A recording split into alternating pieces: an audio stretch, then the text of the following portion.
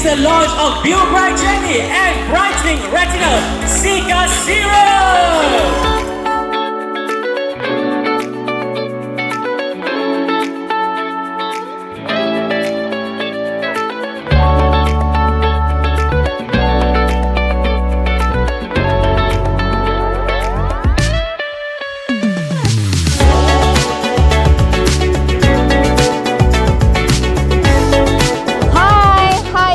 So hari ni we are so excited, Haus Cosmetics very excited because we are here with Dr. Fred, which is founder Mytown Biochemistry.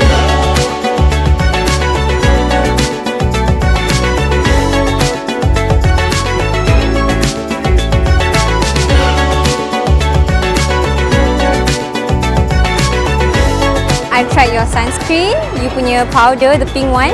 I love pinky tu sebab I rasa pakai magic pinky tu pun dah cukup. Tak payah pakai foundation, boleh je set and everything. Kalau especially kalau I malas sangat-sangat nak make up, pakai tu je pun dah cukup.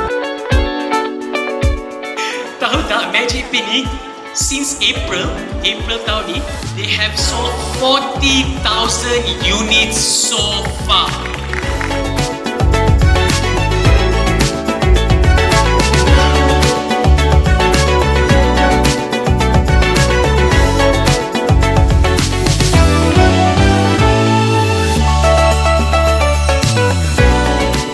The founder, the boss, who is also the epitome of beauty inside and out. Okay.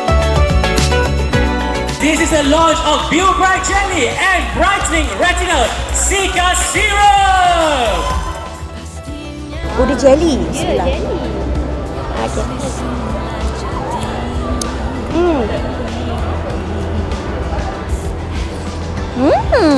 Dia masam manis sedap dah. Dan kalau satu sachet ni tak cukup lah, dia kena dua lagi. Dia tak ada rasa manis because dia tak ada gula tambahan. Okay. This small, I boleh bawa mana-mana I pergi. So tak kata lupa.